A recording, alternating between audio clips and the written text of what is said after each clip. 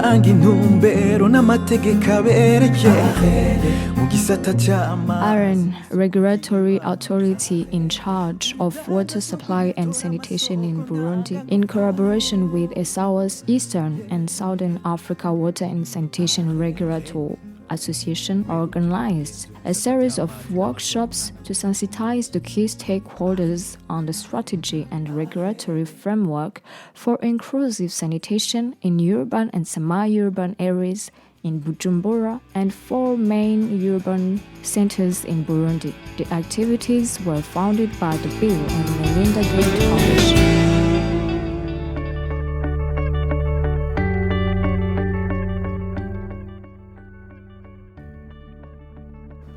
The sewer network in Bujumbura City, which is the economic capital, is nearly 300 kilometers and is used by almost 10% of the population of the city.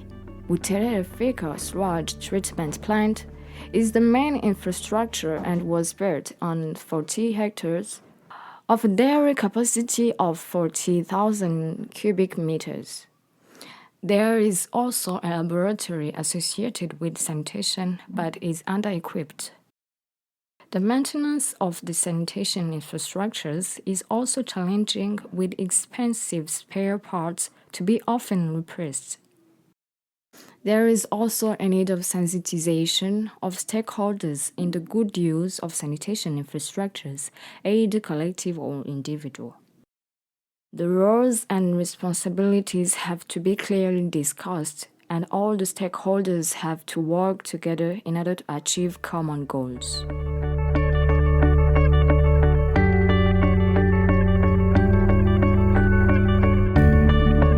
In Gitega, which is the political capital city since 3 years, there is a small sewer network used by only 185 households. It needs to be expanded since the city is expected to grow more and more. There is also a public operator for sanitation, SETAG, who is doing a good job but however need to be supported in many areas. There is a need of a sanitation master plan for the evolution of the city. Gitega has also a small fecal sludge treatment plant, which needs to be improved and well protected. Since the Gitega city is expanding rapidly, there is a need to build consequent infrastructure in the sanitation area.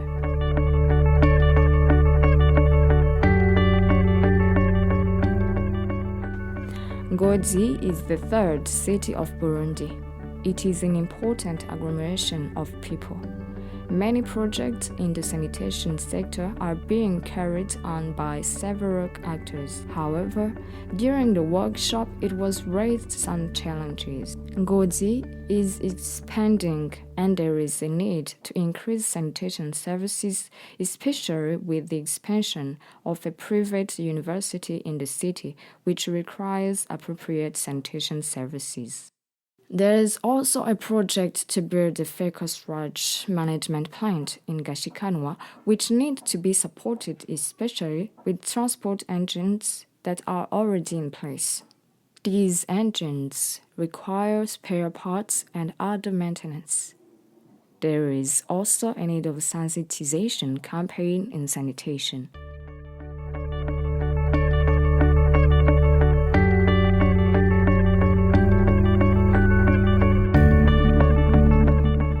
Kayanza is the most populated province in Burundi with a higher density of population.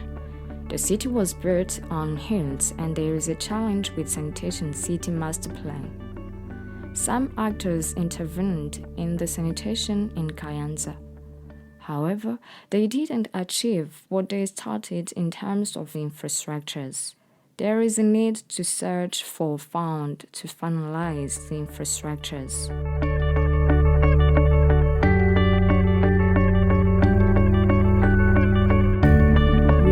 Is a city nearing the Lake Tanganyika in the southern parts of Burundi.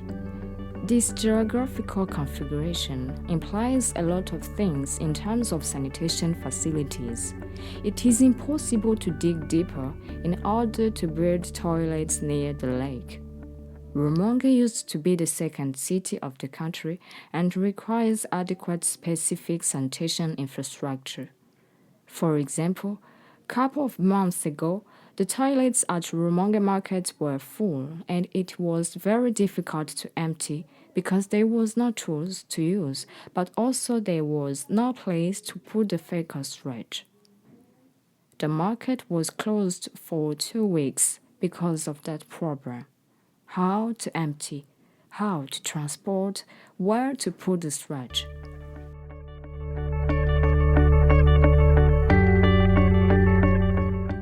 For effective regulation, the regulators have developed and implemented a number of instruments and tools which generally include 1. Licensing. All WSS providers are required to operate under a license issued by the regulator. 2. Development and enforcement of guidelines, regulations, rules, and standards.